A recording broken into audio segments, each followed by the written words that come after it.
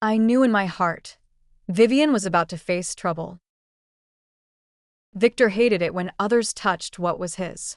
For Vivian to dare take food from his plate was nothing short of seeking her own demise. As expected, Vivian didn't come to school the next day. Rumor had it she'd been attacked after school, her right pinky finger completely severed. Later, Vivian's family reported it to the police. But the alley where it happened had no surveillance cameras, and Vivian had been knocked unconscious beforehand, so no one saw the attacker's appearance. The police had no way to identify a suspect. I remembered yesterday after school, Victor had told me to go home first and not wait for him. He didn't return until after we'd finished dinner. When Father asked, he said he'd been playing basketball with friends. That night, after finishing my homework, I went downstairs for water. Passing through the living room, I saw Victor standing in front of the aquarium, seemingly feeding something to the African lungfish inside. The night was deep and still, silent and empty. A cruel demon grew freely in the darkness. The next day, I found one of the guys who often played basketball with Victor. Yesterday after school? Yeah, we had a match. Victor was our forward. Did he leave at any point during the game? I mean, was he there the whole time? Let me think. The boy scratched his head, trying to recall yesterday's game. Just then, an arm suddenly draped over my shoulder. Miss me after just one day not walking home together? I turned to see Victor, smiling at me.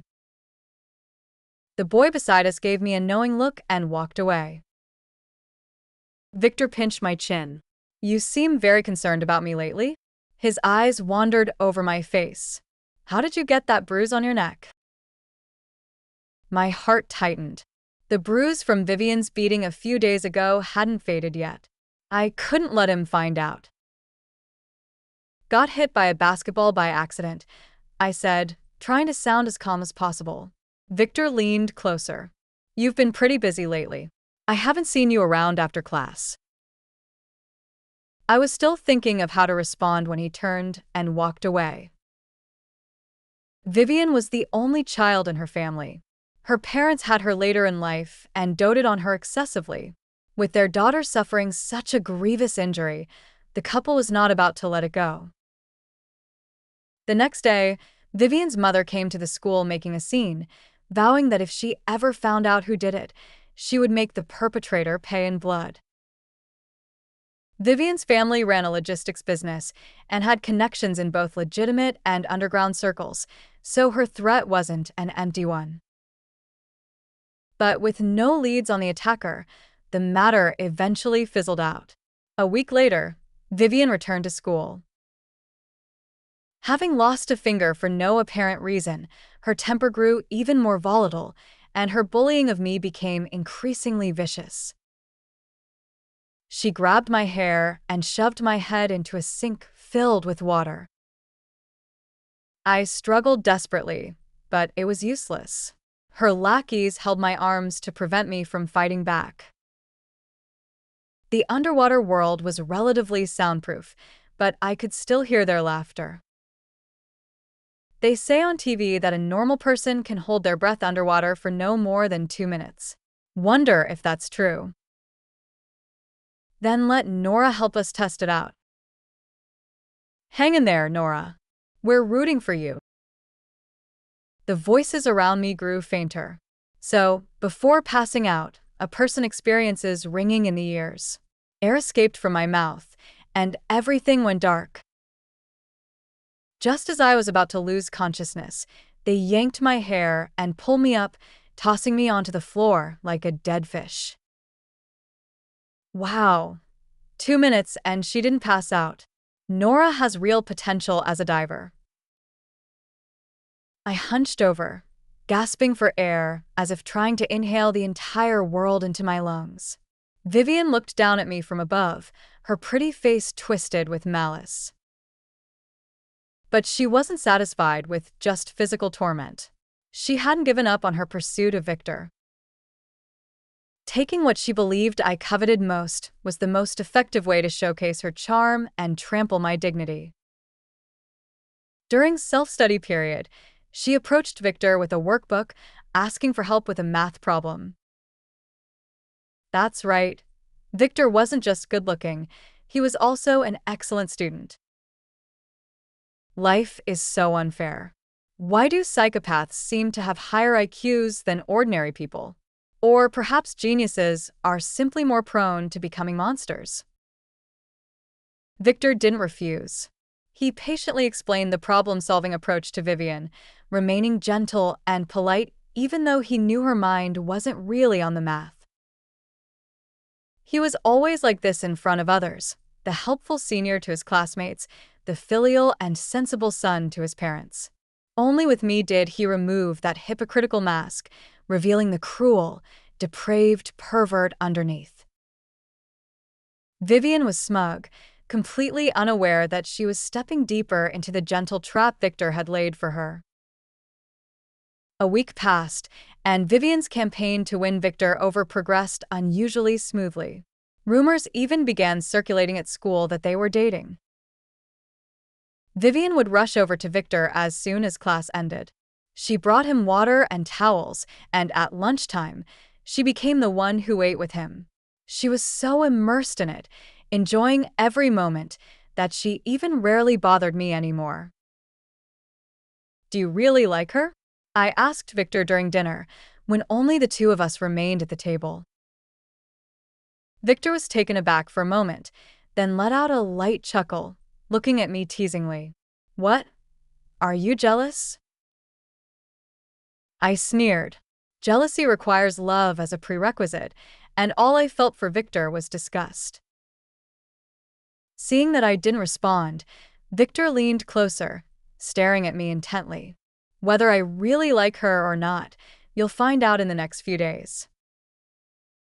On the eve of National Day, the school organized an outing for all senior year students to Green River Mountain nearby. It was meant to be the last hurrah before the intense final year of high school.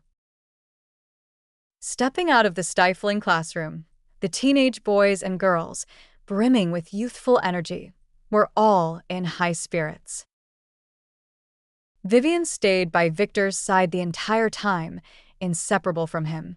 Victor thoughtfully carried her bag and took photos for her, drawing envious glances from those around them.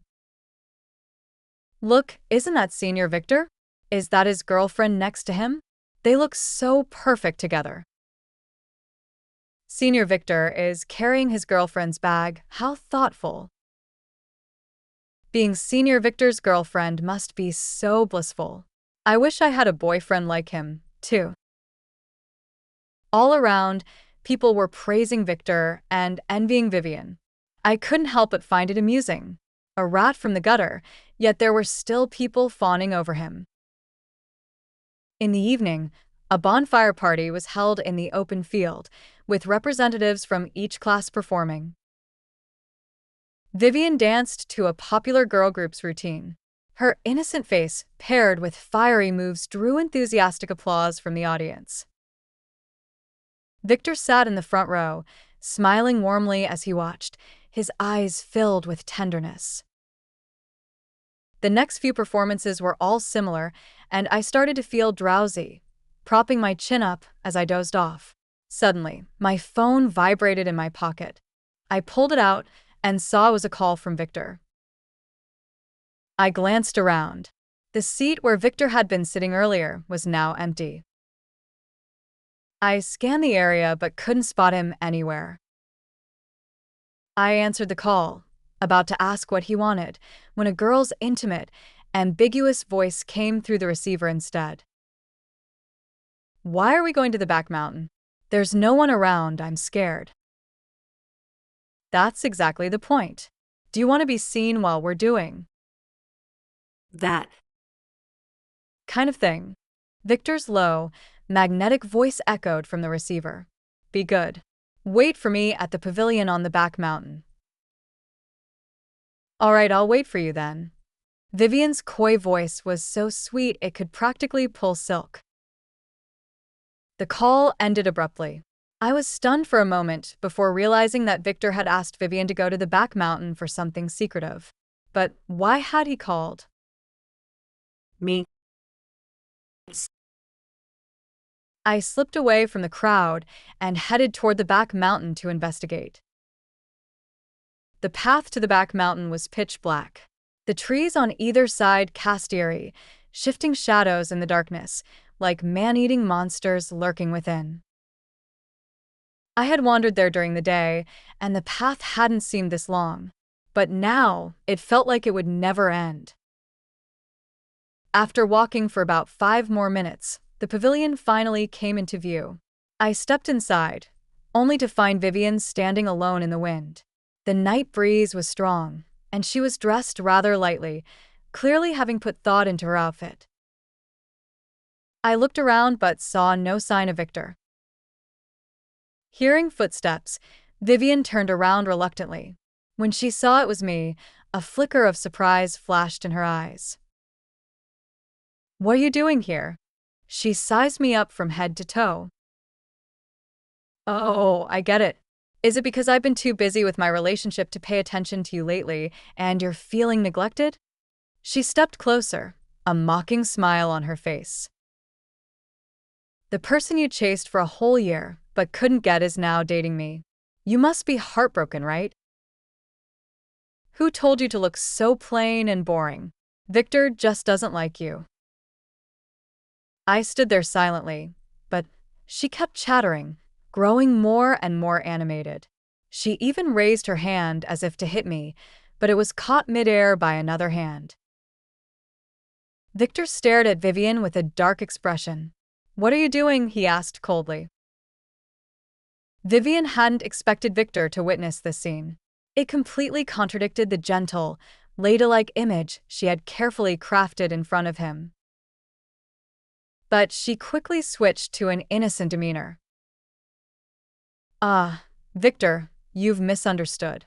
I just saw a mosquito land on Nora's face and was about to swat it for her," she said with an earnest expression. I couldn't help but admire her acting skills. One moment she was a domineering bully, and the next, she transformed into a delicate, helpless school belle. Victor remained silent, pulling out a coil of climbing rope from behind his back with his other hand. My pupils contracted. It was the same rope he used to punish me at home. My body stiffened reflexively. Victor glanced at me and chuckled softly. "What are you afraid of? It's not for you, and this isn't the same rope I use on you. How could I bear to use that rope on someone else?"